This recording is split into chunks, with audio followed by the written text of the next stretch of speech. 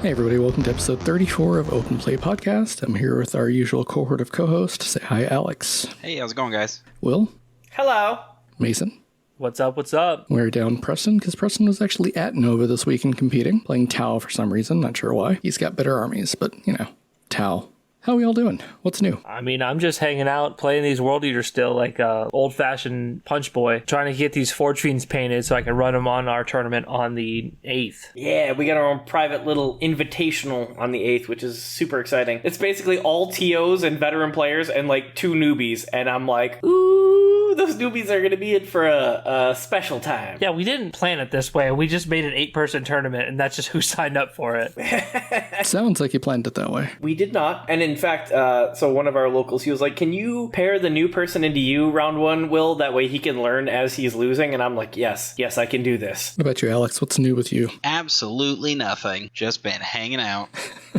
Hobbying any? Did you get to unbox anything? Not yet. I'm probably going to do that. I went and got some paints because I am anticipating that that's going to be what happens. So I will be hopefully doing that in a weekend or two. What are you looking to paint? Definitely the Seraphon. I went and got some stuff with some painting ideas I want to try out on them. Some scaly colors I want to try out. I'm going to post something in our Discord. There's a dude who used every basically speed paint and contrast, and he just put it over top of white and just slapped it on the model, and it just shows what it looks like. And honestly, it's super cool. So that's Dana Howell, so definitely a she. But yes, that website is, I've gone to a lot, and she does tend to update it as well with new paints and stuff. Hang on, let me unblock Will's Discord account so I can look at his link. Okay.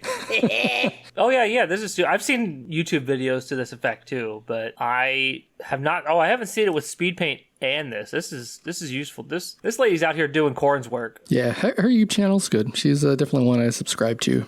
She does a lot of, actual painting stuff, so it's nice to see. And this is one of the nicer things that she did a while back. I still owe Alex a lizard riding a lizard, and I'll get to him. I just get the printer fired back up today. So anybody else got any hobby stuff going on other than painting fortunes and printing? So I've drastically changed up my list. I've decided that orc shooting is kind of where it's at, and there'll be a lot more flash gets printed soon, and probably with some Luda boys. Oh, there are going to be 60 flash kits at that tournament between you and the other orc player, right? No. I'm only fielding 20 because I don't... So it shames me to say this, but Caleb, he has a bigger orc roster than me, and it brings great shame to my household. Coming next week, our new host, Caleb, will be replacing Will. Yeah, Caleb is kind of crazy. He owns like 3 of everything, and like I would love to, but I just don't yet. So, but I mean, Ludas are just bad flash kits. Like, they're almost as good. Ludas are bad flash kits. They have slightly better DACA for significantly worse armor, defensive and melee offensive profiles, but they have much longer range, which can be useful. So, well, I look forward to seeing people complain about how you stomp people at the quote-unquote private event with the 2 new players. Me too. Yeah, so it seems like we all have been busy with various things. I think I'm almost done building the Triumph of St. Catherine. I have like 2 more models to put together for it, but it's not going to get glued together because it would be impossible to paint that way. So I'm just putting it together and going to have it like tacked together if I need it, but that's about it. I think that's the only thing I've worked on over the past week. Especially if you do the robes in white, it'd be easier just to be able to put them on individual bases and do them one at a time. Yeah, I agree with that. That model is so intricate. It is. And I think I've decided on the color scheme. I think I'm going to do Vallejo burnt iron for the armor and then purple for the robes. What purple? I haven't decided. I have a few different purples. I have a royal purple from Proacrol. I have a bunch of Games Workshop purples as well, and I have a Ethermatic purple from AK. That purple is the one I used on my cities, so it's a very dark purple, which I'm not 100% sure I'm going to do, but we'll see. I've been super distracted by Rogue Trader too, so It's a good game. I'm looking forward to the DLC that comes out in a week, I guess. Maybe a week and a half. Wait, there's a deal? No, I've been like, I really need to get back to hobbying. I'm 160 hours into my first playthrough, and I'm not done. Yeah, I think it's adding some gene stealery stuff. Oh, I can't keep ignoring my hobby stuff for this long. Gives you a new companion, I think, an assassin.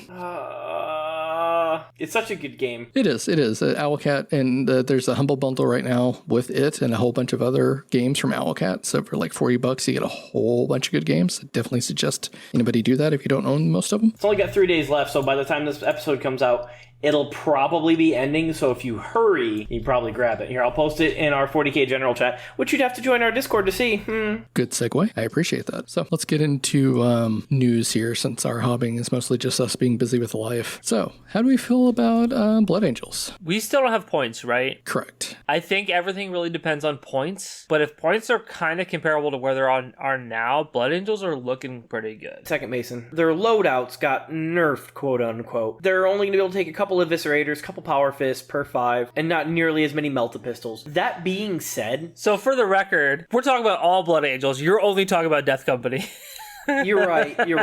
But that. So Blood Angels are the ones dominated. So Death Company are the reason that Blood Angels are thriving right now, right? Because Death Company are ridiculous. But Sanguinary Guard got a pretty big glow up too. Going up to 3 wounds is a huge breakpoint. Agreed with Mason. Blood Angels in general, with their new codex, you're going to see Sanguinary Guard, especially in a couple of the detachments. They are going to slap. 2 up, 4 up, 3 wounds, fast. They are going to absolutely, and great melee profiles, Lance on one of them. You're going to absolutely see Blood Angels continue to be in the meta depending on points. How do you feel about these detachment roles, like the Angelic Host one here, Upon Wings of Fire? That one is the Grey Knights. So the reason Grey Knights, they don't dominate everything, is because their data sheets inherently are not super strong. Like, they're okay. But with some of the data sheets that we've seen with Blood Angels, this, in my opinion, uppy downy with 2 units every turn is very, very strong. And you are going to see a lot of punishment come from skilled players against people who may not necessarily know what this does. And especially their stratagems and their enhancements are very good in the Angelic Host. They're very good. Plus, don't forget that, yeah, you can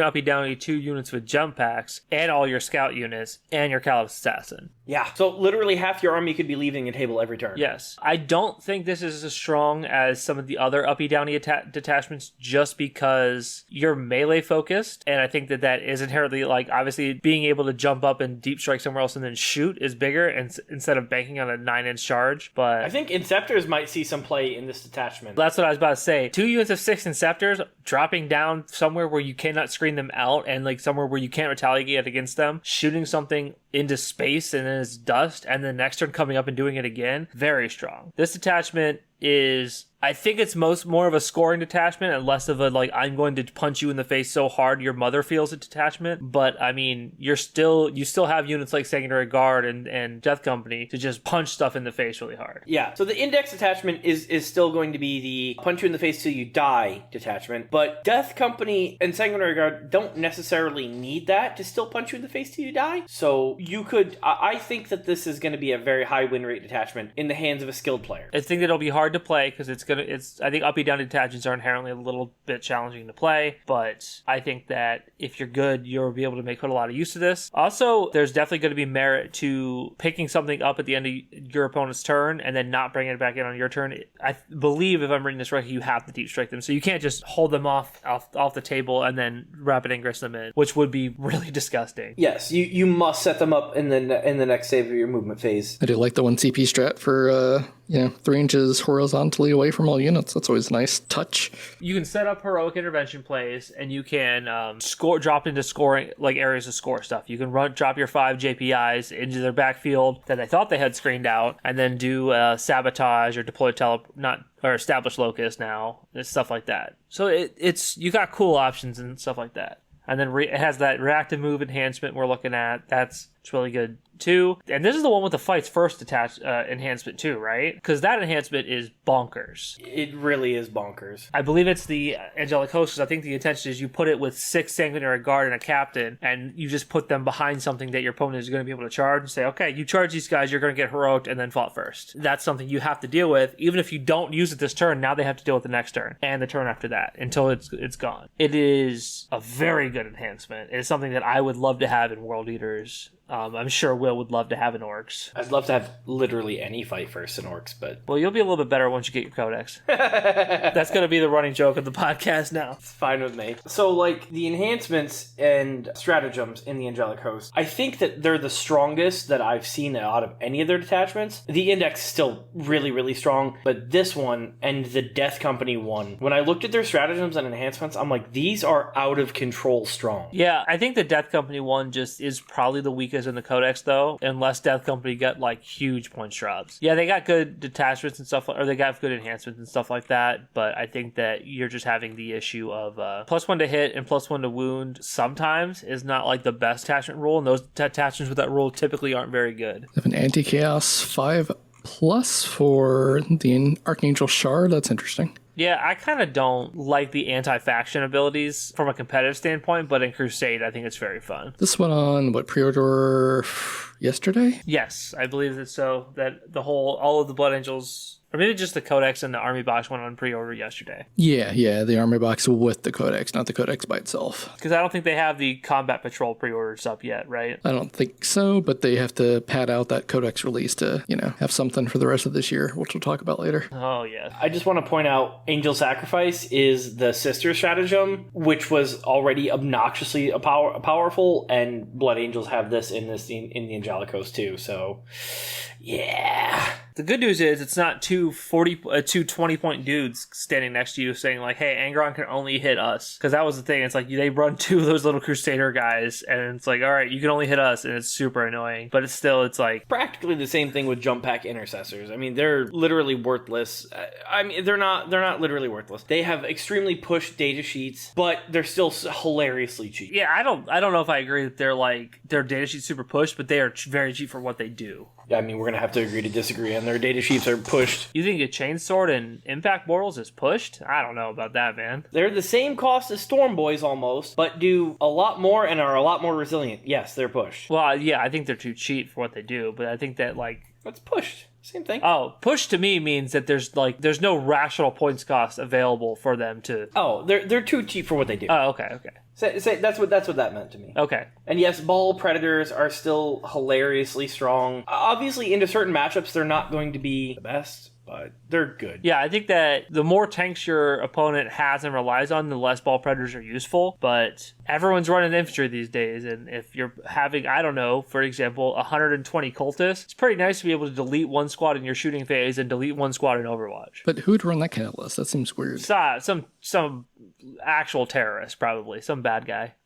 Mephiston being good again is something that I both hate and like. I remember Mephiston just punching me in the face back when the first Blood Angels Codex released in 5th edition. But he's better this way. I liked the idea of him leading a squad of Blade Guard veterans because I thought that would be cool. But him just running around on his own saying, I'm going to punch you right in your stupid little face. I fight first. I am very fast. I am strength 10. Only D3 damage, so like it's a little inconsistent there, but still pretty good. He is mad and he's not going to take it anymore. But he is the only character canonically to have overcome the Black Death or the Black Rage, so he deserves to be a little bit good. For him, I think he's going to sit somewhere between an auto include or never go on a list at all, depending on points values. Those point values aren't real. We don't need to even talk about it. I know, but it's funny that they do have the link to actually get the app to get their old points values. Did they make the QR code way bigger on this codex? I guess they would have to because there's less data sheets, but like it's funny. It's like, hey, look at this. It's important.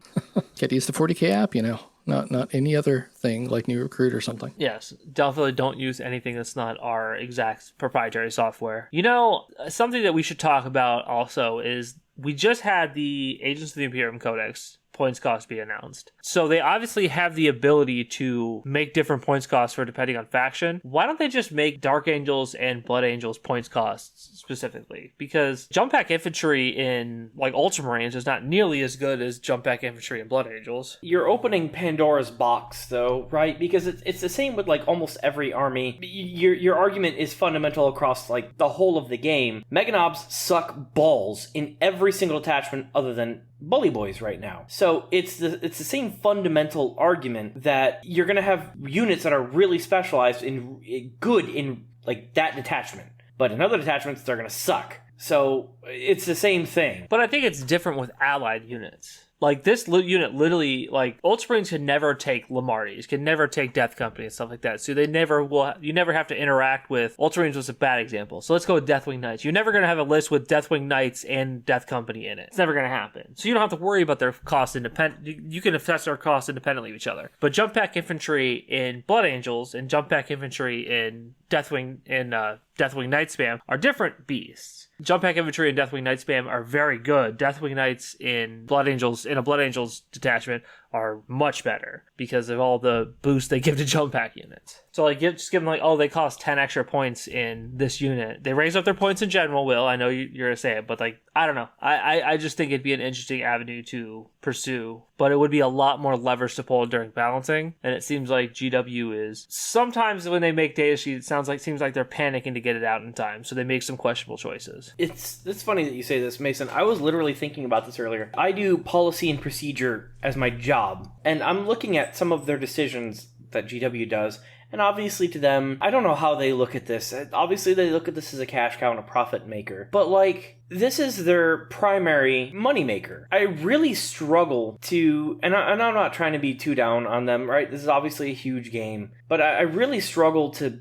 see how they're not putting more influence and emphasis on this, because Age of Sigmar just launched, and obviously they're going through new launch problems, and Nighthaunt are out of control, but for the most part, Age of Sigmar does a very good job balancing, and 40k hasn't done a bad job recently, but it feels like they could do a lot more, and I'm really struggling with some of their design choices around this game. And I don't know if I believe the people that are like, oh, they want to clear stock and then they change points. I don't know if I agree with that entirely, but I don't necessarily disagree with it either. I don't think it's as much of a thing as it once was. Because once it was very obvious that, like, oh, these are the new hot models, they're good. And I feel as though in 10th edition's been pretty good about that not being the exclusive case. Like, yeah, like, they're not going to make new models. I mean, look at Inner Circle Companions. They were straight butt when they came out. I can't think of a better example of, like, yeah, just because a model's new doesn't mean it's going to be super cracked. You know what I mean? I think that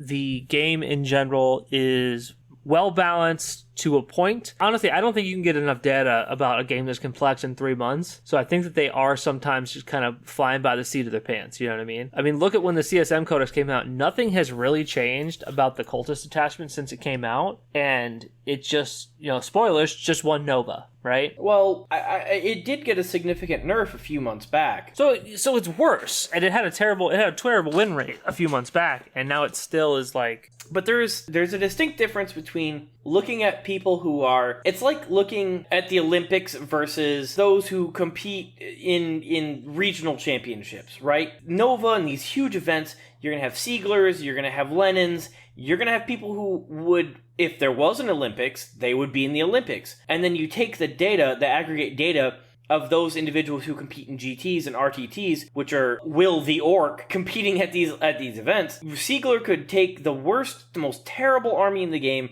and I could have Pete Bully Boys, and he would probably beat me. So you're talking, the data points are very disparate, very spread across multiple events, and it's hard to take and combine this. So you have to go with the baseline.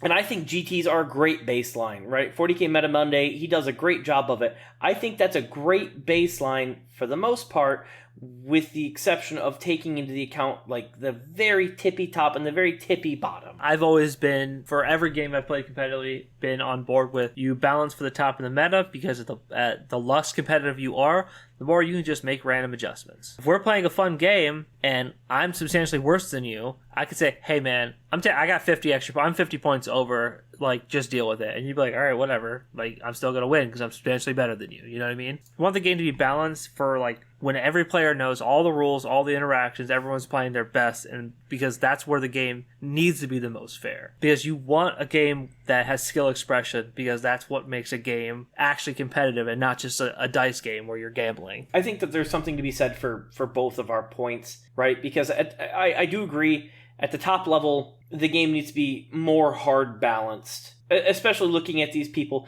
But again, you look at this accursed cultist attachment, I think that's a lot of that strictly player skill. It's like when Siegler won, what was it, LVO with the worst army in the game at the time? If you try to balance around that, you're going to have a bad time. I also think that all of the mass body armies that have been going around lately, which is, there's actually there's a couple different builds like that. I think that while player skill is very important for playing them, I think that even more important is the player skill to play against them. It is so easy to get tar pitted in lists like that if you're just not really good with your damage calc and stuff like that, and like really well versed in what that unit can do and what you can do, they can just walk over you and they don't really even have to try. Not to say that I don't know your name. I should know it. The person who won Nova. I'm not saying you're not good. I know for a fact that, it's Derek? Oh yeah, Derek's a phenomenal player. But yeah, he's a very good player. But like, you know how easy it would be for me to like, for someone who didn't know, like, I know that World Eaters are really good at doing damage. I'll send 3 Exalted 8-bound into this unit of Accursed Cultists, and I probably won't kill them in 1 turn, but I'll probably kill them in 2. And they're just there the whole game. They can never possibly wade through that many units, you know what I mean? It is crazy how easy it is to slip up and over-invest stuff and just be tar pitted for the entire game with a list like that. And yeah, you're only 1 OC per guy, but when you have 20 of those guys, you're still pretty good. So, I mean, looking at CSM stats on StatCheck there, they're skewed. I mean, I kind of think they have partially the same issue Space Marines in general have. A lot of people play them because it's chaos, and a lot of people don't do super well. Yes, I do think their percentages are a little lower than they should be because of that. I mean, the top 2 scoring are Chaos Cult, which is not played nearly as much as Renegade Raiders. And Renegade Raiders, in my humble opinion, is still ridiculously good in the hands of a skilled player. I think it is a definitely mid-table terror army, because I think that if you don't know how to play against it, or if you don't, your army just doesn't happen to have the tools to play against it, you're not going to have a good time against it. Because CSM does a lot of damage, and if you're not prepared for it, you will just have a bad time. Good transition into some Nova conversation here. So Nova did just wrap up. Looks like your top 8 are CSM, Sisters, CSM, Thousand Suns, NIDS, Tau, Thousand Suns, and World Eaters made top 8. Honestly, none of this is surprising to me. I mean, CSM, even how many people play them brings down their total win rate. These lists that they're bringing, the number 3 list is a little bit more conventional, but the number 1 list is straight unconventional. It's a green tide. It's a green tide for CSM, and it makes perfect sense. But past that, most of the lists are pretty traditional. You see what you traditionally see in other winning lists. All Thousand Suns include Magnus. Of course, Big Red Daddy's there. Like, that's what he does. He wins events. I think that I am surprised by either that the Tyranids, Tau, and or World Eaters, that one of them isn't replaced with another Sisters player. I can kind of agree with that. Sisters are really strong. I think Sisters are very good, and I'm surprised that there's only one Sisters in the top 10. And the fact there's it's TJ and Travis, so they're both very good Thousand Suns players. Okay, never mind. I understand why there are 2 Thousand Suns players at the top. But I also like the fact that you recognize the names of most of the top 8 players. Like, even if you're not super into it, you're like, oh yeah, I remember hearing about this guy he went in Nova and stuff like that too. Like, there's a couple names that I don't recognize, but at least it's like somebody. Also happy to see World Eaters in the top 8, but also sad to see World Eaters in the top 8. Percentages keep going up, man. Yeah, they're probably fine. What's this list? I'm assuming it's not a terrible one, actually. Angron, Invo, Juggalord with the Helm of Brazen Ire. The only real battle line is Jackals. Oh, it's my list. Okay, great. I didn't make the list, obviously, but it's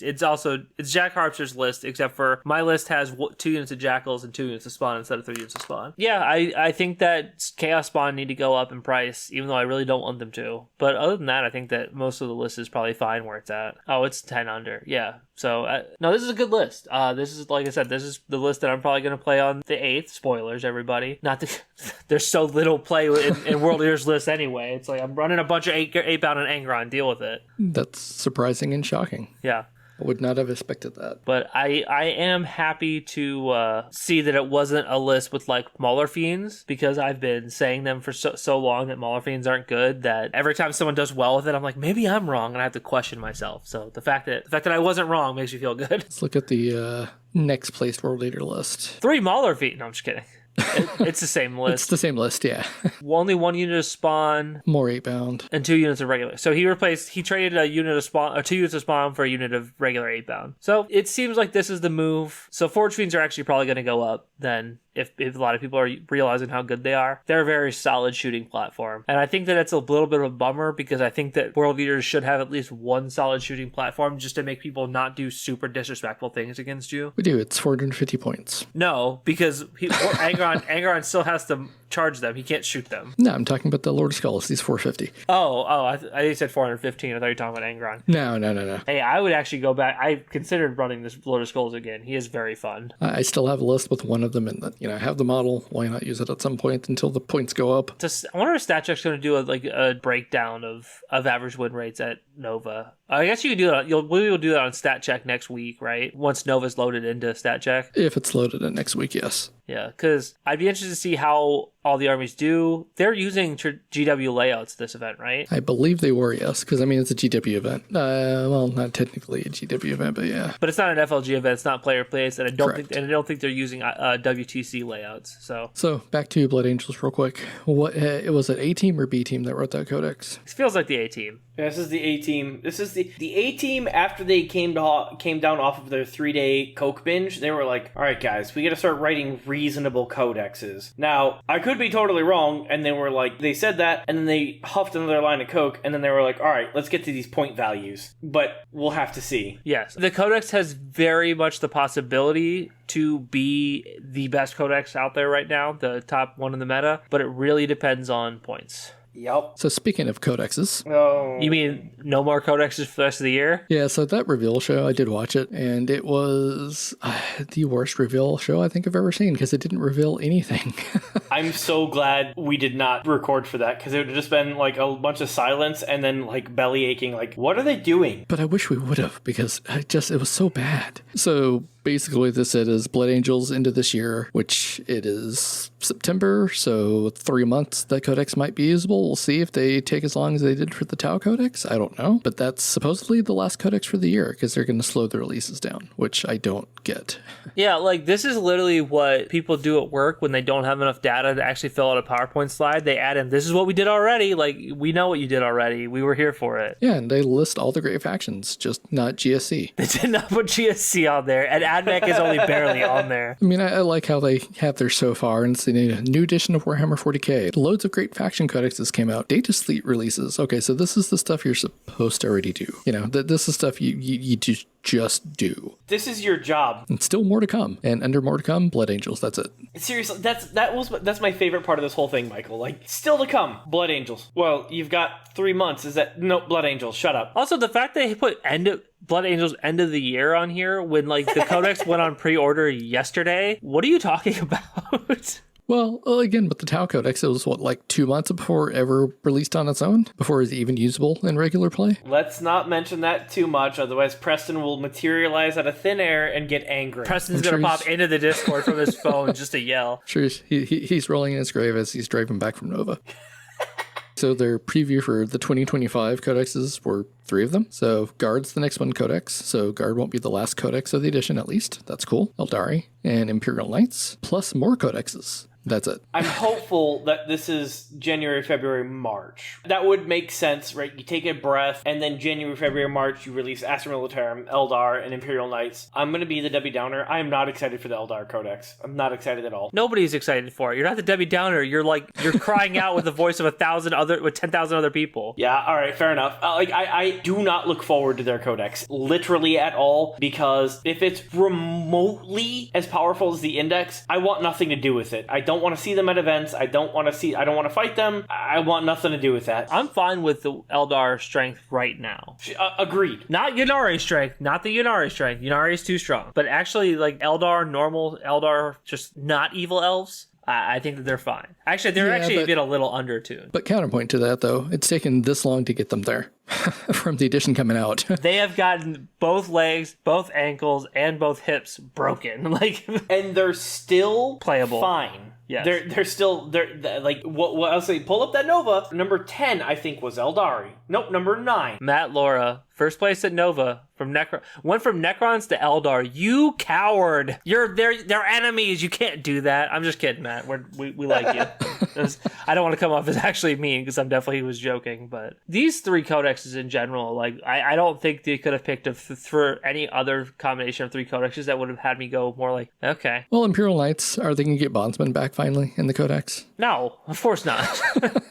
It's much funnier if they don't. It's so hard to balance knights. It's nothing but T9 and up bodies. Like, how do you like? That's inherently difficult to balance. And then Imperial Guard. Well, they did talk about New Krieg coming out. Yeah, and that's super cool. Like all of these armies, I'm super pumped for all the new models. Like especially, and this will be the only time you guys ever hear me say this, I'm super excited for all the new Eldar models coming out because dying to Fugan on his little 20mm base with his Melta 6 profile is really confusing because he looks like a pile of sculpted clay that my child would do. That's a weird feeling. So we need to temper expectations here. You say new models. It's going to be a new model. I mean, it doesn't have to be multiple.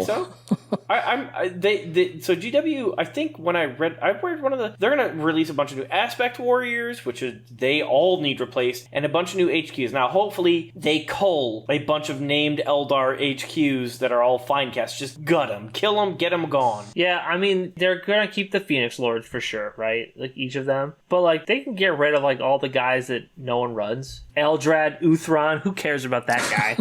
And don't forget, though, some special Chaos Treats coming. What does that mean? Which means nothing. Here's your Legends character that we released. An upgraded sculpt of Harkin.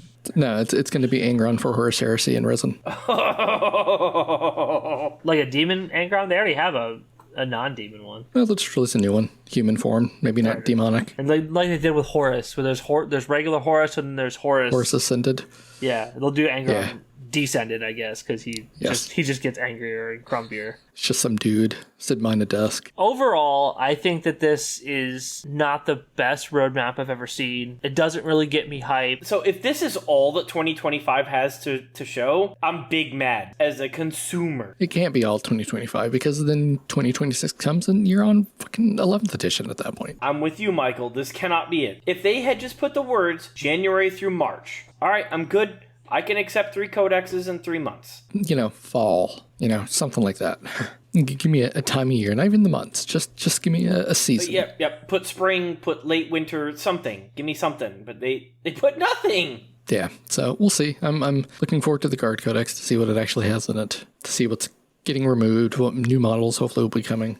New Gaunt's Ghost would be cool. Wait, what? Didn't Gaunt's Ghost just get replaced? Didn't they just get new models? Did they? I thought they were still the old. Yeah, they did. Like, Gaunt's Ghost ain't going nowhere, buddy. Yeah, they run in every list. It's because they're good. Fights first, good deep strike, good stealth, lone op, just stupid. So I just did a quick count. There's around 15 codexes that have to be released still. If they only do 3 in 2025, we're like turbo cooked. What is that?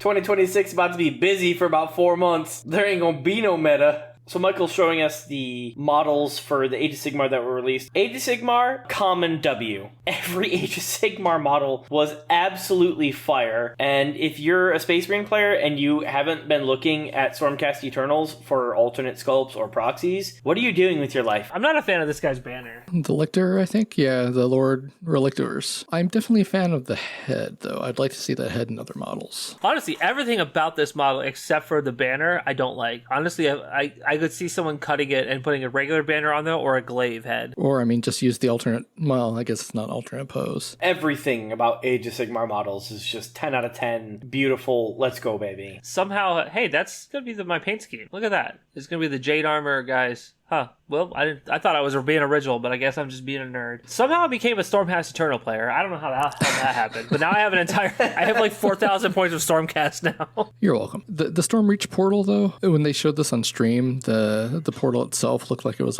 printed and like just glued on. It was very flat. The portal is a little weird. I looked at it, I'm like, this could have been a little bit better. Yeah, it looks almost like they added in Photoshop. Yeah, kind of. Yeah. Yes! It's like they didn't paint it in time, so they just had to do a quick drawing and paste it in there. So again, at least this is still to come for the rest of this year's 3 battle tomes. Skaven, which we know, which is on pre-order for next week. Stormcast Eternals, which you knew would be following immediately after. And Slaves to Darkness, apparently. New spearheads are coming for Gits and Orcs. And then they just said, death as the faction for the next Codex releases next year. Well, they didn't say as the faction. They just said more death. More death is coming in 2025, yes. Guys. Get ready for it. And they're doing something, I don't know, I'm interested in. Let me pull it back up here. So yeah, they're releasing the battle tomes, but they're also going to be releasing smaller edition battle tomes, kind of like they did with the 10th core rule book, but it'll be softcover.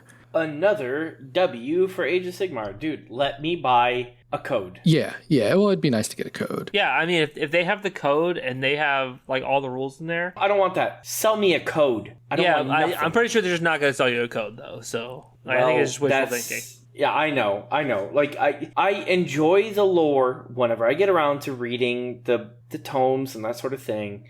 And I get that they're primarily a story company, or that's what they still say. They're a model and story and narrative company. Yeah, it's an entire IP, right? I get it. But, like, sell me... If you just sell codes, you'll make so much money. Yeah, this is what I'm talking about, though. The Gamers Edition. So it's a smaller format rulebook with the cards that come with it. But the problem is...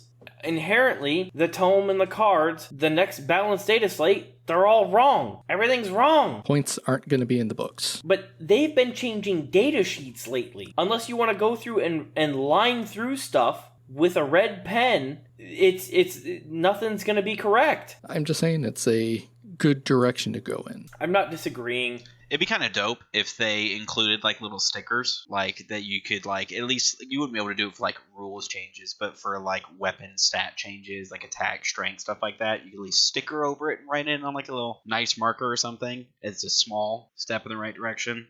Make it look not as shitty as just red marker or red pen all over your book or cards.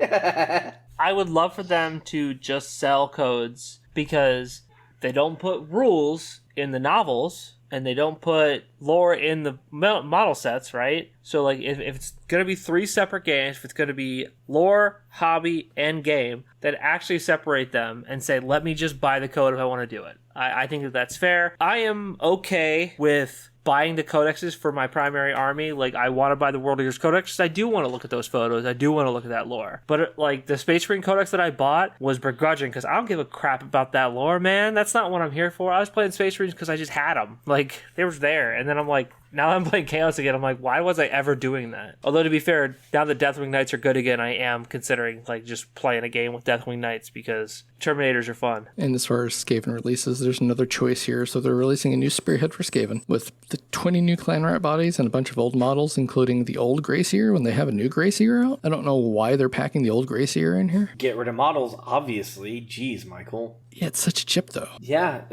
this is, I have one of these under my desk that is 3 Storm Fiends, a Bombardier, a Warp Lightning Cannon, and something else. And it's this exact same thing, but I don't understand, like, why they would package old models. Like, I do understand why. They're getting rid of last their stock. But, like, dog, it better be real cheap. Well, it's going to be $150. It's a spearhead. So it's not worth it. But I would bet it's because the Greyseer in the Skaven Tide box is on a sprue with a bunch of different other guys, and they don't have a mold where it's just him. Yeah, you're probably right. I'm not disagreeing. I don't remember if there isn't, honestly. I have to look. Well, if we want to pause the podcast for a half hour, I'd go pull my Skaven Tide box out and look, but I feel as though that's a bit of a waste of time. But that would be my guess, is they don't have a Greyseer alone, but they wanted to include a Greyseer. I would have rather them just release Spearhead 3 months later and sculpt a new Greyseer model, so that there's a third Greyseer option out there. But I'm just some guy on the internet yelling into a microphone, like, what do I matter? And then you have Vizek here. Hell yeah. The boys will look at this and just say, hell yeah. Dude,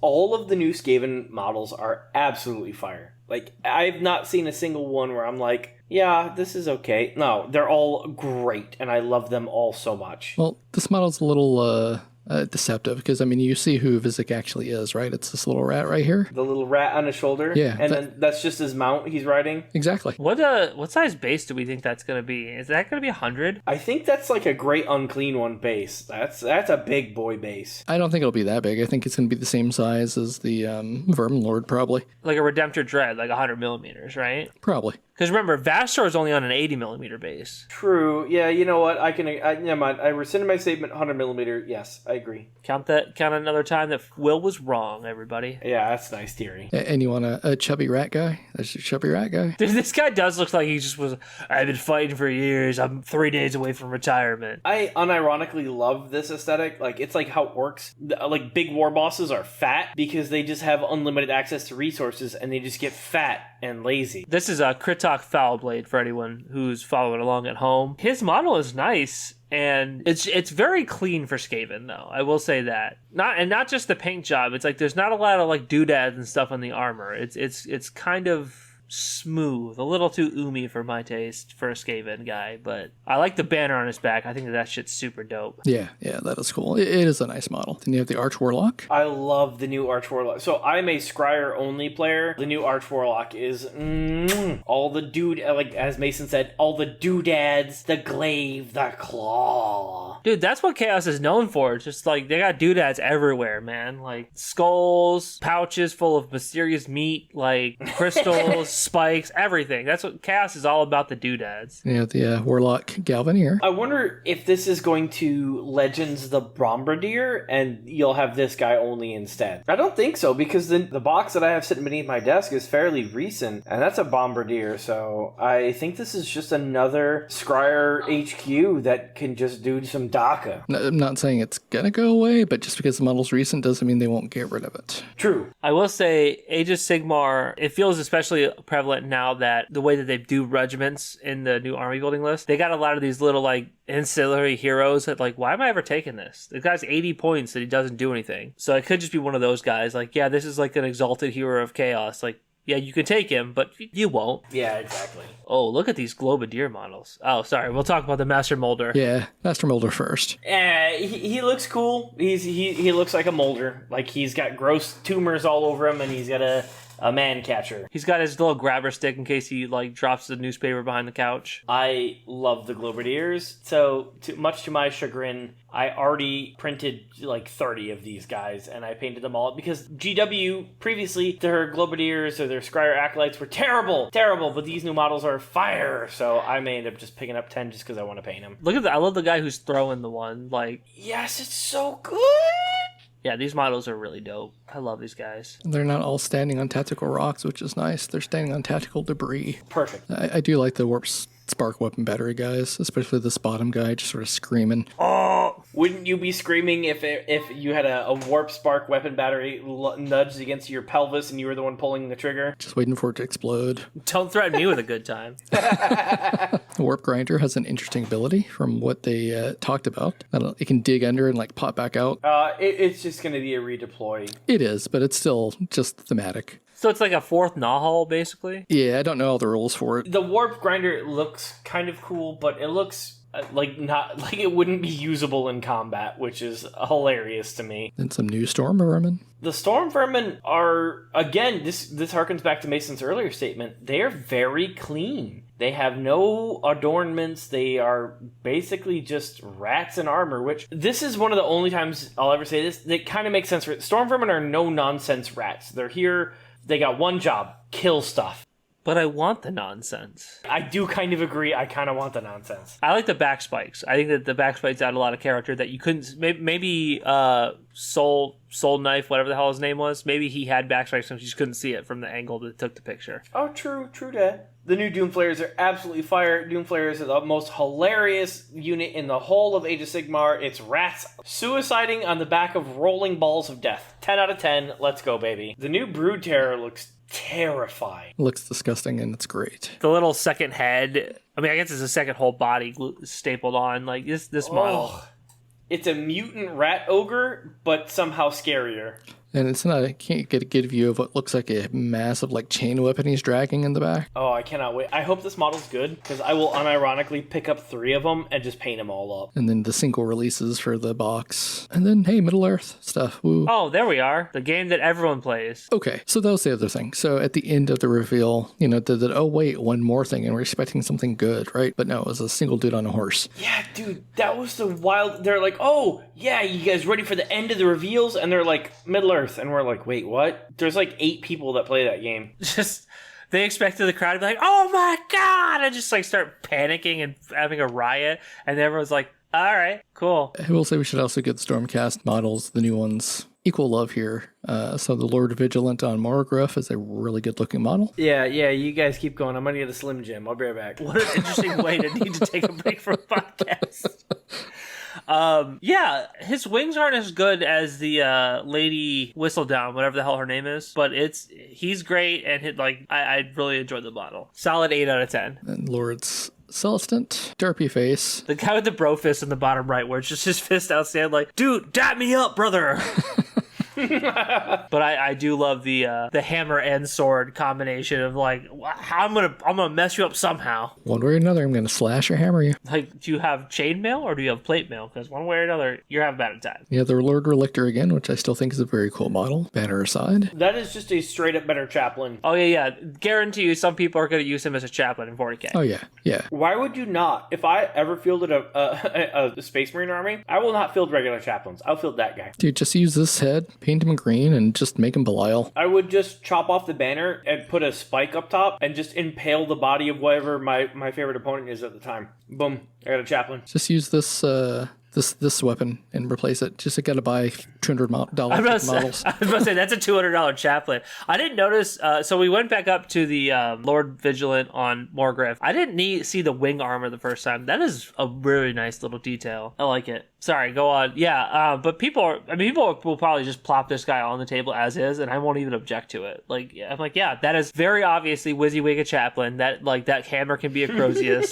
It's not that big a deal. Base size is fine. Model size is fine. It's a good model. Yes. And play the better model. It's actually probably a little taller than a chaplain model, because I notice Age of Sigmar models are typically just a little bit taller. I mean, people are running the winged guys as Sanguinary Guard, whatever they are, with the little piddly wings and jetpacks. Oh, yeah. Then Lord Tomanos with different weapons, which is cool. I prefer the axe to the sword. I would love to see that guy converted as a Chaos Lord for 40K. Would be that hard. Nope, it wouldn't be that hard. Just change the colors. Yeah, the maybe a head swap, and that's really it. I mean, this secondary head could pass.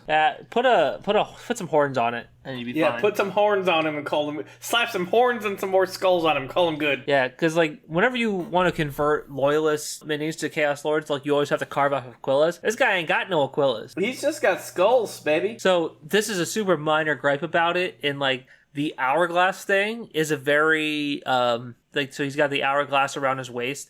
It's a very small point that only really loyalist Marines have those typically. But like, if my opponent's going to give me guff because my guy has an hourglass, which is not an official like reliquary thing, I'll bite him right on their neck. I'm like, you're done for. He's got a big axe, deal with it. He does.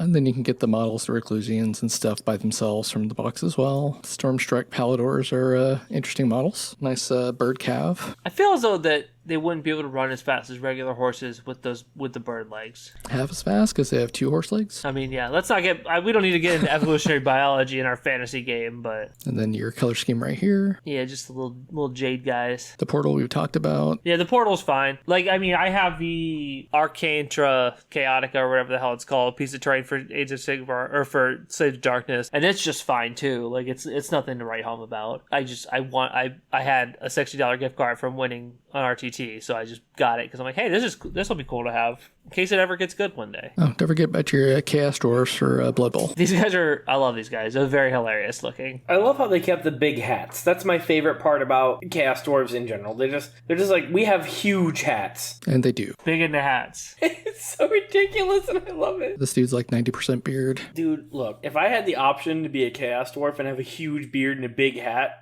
I would unironically do that. And then you have the nice Dwarven Minotaur model. Centaur. Yeah, Centaur. Centaur is technically correct. It's a bull centaur is what it is. I love his huge brass knuckle thing. It's Blood Bowl. You got a punch. I like it. Looks like different poses can be done at least, so that's nice. Unless that's two separate models, I don't know. I was hoping it was just 2 to the pack. Yeah, a separate pack of 2. Yeah. Oh. Forge World Resin. I saw Michael and I saw the same thing at the same time. Forge World Resin. Oh, no. Yeah, we can skip that. Yeah, and I think that's pretty much it for the Nova Open. It was, the reveals were just so sad. I'm just disappointed. I really want news on when certain codexes are going to come out rather than nothing for 3 months. I was hoping for a little bit of Emperor's Children news, too. Like, maybe like a model kit. New Noise Marines. You know what I mean? Well, they did say special Chaos treats, but you gotta wait till next year. That could just be like Chaos-shaped cookie cutters. Like, that doesn't mean anything. Possibly. But we're getting close to the Christmas box announcements. What factions do we think are going to get them this year? Sisters? I'm going to go out on a limb and say Space Marines. No. I know, call me crazy, but I think Space Marines are going to get a box. Sisters, GSC. Who got one last year? Orcs did. Thousand Sons did not get one, right? No, I don't think so. Because Death Guard and Thousand Sons, I think, got one last year, so I think that Maybe this will be the year of World Eaters? Warriors got a baller box last year. It was the best box last year. Yeah, it was Angron 12 8-bound and 10 Berserkers. Like, it was a phenomenal box. Yeah, this box right here. This was it. It was a steal. It also, there was no overlap with the Combat Patrol. Yeah, so you get this in Combat Patrol and you were set. But yeah, Tyranids, World Eaters, Marines, Guard. Yeah, Orcs and Votann. Forgot about Votann. I'm going to call it a generic CSM box. So the only reason I'm hesitant to say CSM is they just got army boxes. I still think that they're going to get one because, like, CSM, they had a Codex this year. I think that they're going to try to move stuff. You're probably right. There's probably going to be an elf box. Yep, Eldar and maybe GSC. Maybe Jakari. You know what? Jakari. Yeah, it could be Jakari, too. I don't think Necrons have had one in a minute. Ooh, Alex is right. We could see some Necrons. That wouldn't surprise me. Yeah, I don't think that it's any of the factions that I'm really into to get a Christmas box this year. So, unfortunate, woe is me. Yeah, Sisters got one in 2022. Oh, yeah, then the Night box was 22. Thousand Sons was 22. Yeah, so, I mean, there's some decent boxes in 22 as well, because that Watchers of the Gate box and the Chainbreaker Lance box were just steals. Yeah, the Watchers of the Gate box was like an entire army. Yeah, Thousand Sons box was really good. Hey, I got that box now. AdMech. Dude, honestly, they could release whatever they want to for AdMech, and it's still only like 300 points, so who cares? And the Sisters box was really solid. Yeah, I don't know if it was good at the time, but it's definitely good now. Yeah, the AdMech box is just sad. Belisarius Call, nobody really runs. I don't know what any of those models do. Chainbreaker Lance was a good box. Death Guard box is also a good box. And yeah, Thousand Sons was, they were all decent boxes in 22, so maybe 2024 will surprise us. Yeah, I mean, they've been doing a pretty good job with these boxes. So I hope they don't do the faction-specific boxes again. I mean, they could do a Space Wolves box, and I don't think anyone would be really upset about that. They put like 6 Thunderwolf Cav in there. Yeah, we'll see. I'm not going to hold my breath. I haven't done that in a hot minute. And then we'll see what AOS comes out with, because AOS will get its own boxes too. Oh yeah, that's true. What was last year's? Since I don't remember. Gregorian Court, which was a good one. Praetorian Spearhead, which was good. What, Slaves to Darkness? Yeah. Warlord of Eternus was fine. It was not like super good. At the time, I don't think it was good. It was pretty much made lesser by the Spearhead. Or not the Vanguard box at the time. So the OBR box was good. It had a lot of good models in it at the time, and there's still good models now. The Primor Starhost box, the new Lizard box was also a really good box, especially if you didn't buy the army set. So yeah, we'll see. We'll get hopefully some decent Christmas boxes for other factions. Maybe it gets box this year for Age of Sigmar. All we can do is wait and hope, right? Yeah, the only thing I want to bring up left is data slate wins. It's the beginning of the first quarter. Where's my data slate?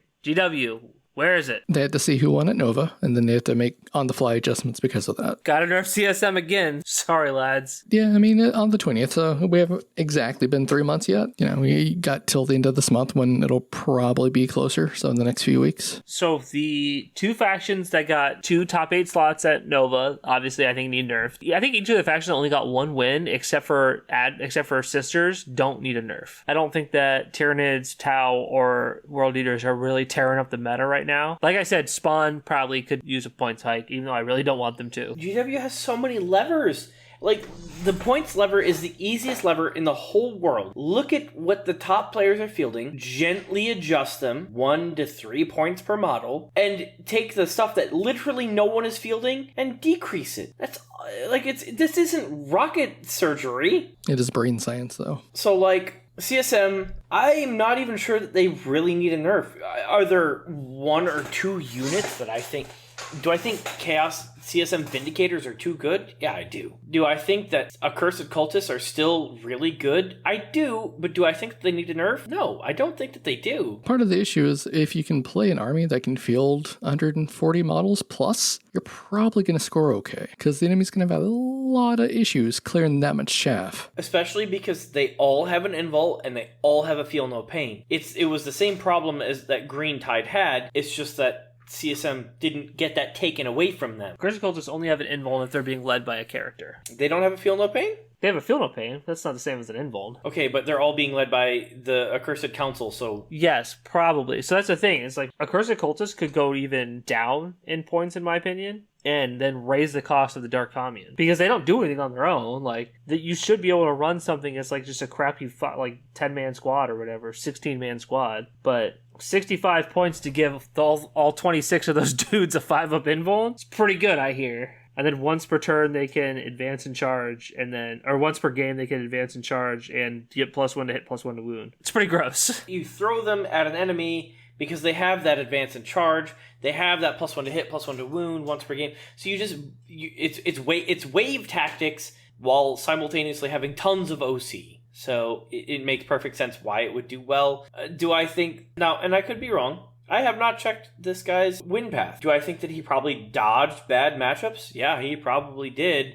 Because this is inherently a skew list. If you run into somebody that can deal with this, you're going to have a bad time. I think that, like, Preston's list, 50 Breachers, do I think that he could take down this Accursed Cultist list? I would be willing to put money on the fact that Preston could take down an Accursed Cultist list. I think that it might be too fast for him, to be honest. Maybe. I think if they were able to play, I think if he was able to play all 5 turns, I think Preston could win. But I think that if he just got rushed down by guys who get +2 to advance, +2 to charge, I think that you're just kind of cooked. The fact that you can do both is pretty crazy, and they have a decent leadership when they're being led. They have a 6-up leadership, so they're probably not taking very many mortal wounds. I think that there are certain lists that would inherently burn down the cultist spam. Obviously, not every list can do it. But yeah, I think with the meta right now, there's not a lot of mass anti-infantry fire, but I do think that there are lists out there that have been out there in the past that if someone took one of those, I think they would have a pretty good time. So, I mean, looking at the list that Preston fought and lost against, first one was Captive Court Necrons. That was the first loss he had.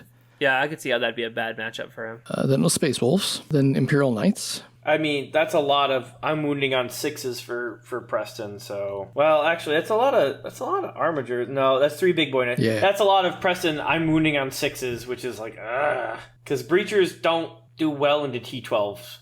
And then Grey Knights. Yeah, even lethal hits only does so much there. Yeah, especially if you kind of roll like Unga Bunga 1 or 2 turns, it's just like, well... Yeah, Grey Knights with 3 Nemesis Dreads and a Canis Rex, which seems to be in most lists these days.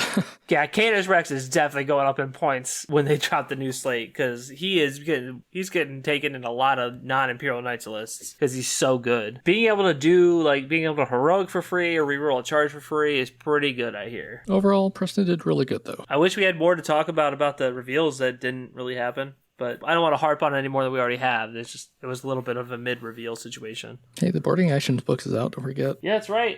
I'm looking at the box that has my Boarding Action terrain in it. New Kill Team edition coming, so there's stuff. Co-op Kill Team, that'll be interesting. I mean, people have probably been playing that for years, to be perfectly honest with you. Oh yeah, there's a bunch of home rule sets for that already. But officially supported is another thing. It is different. All right, well, we'll go ahead and wrap up then. Usual pleasantries. Go ahead and email us at openplaypodcast@gmail.com. We have a YouTube channel, Open Play Podcast. You can listen to the podcast there. You can join the Discords and the show notes. All the usual, YouTube and podcast pleasantries. Like, subscribe, all that good stuff that we need to help the channel grow. Any last words, Alex, Will, or Mason? No, just recommend us to your friends, too. Word of mouth is a big deal.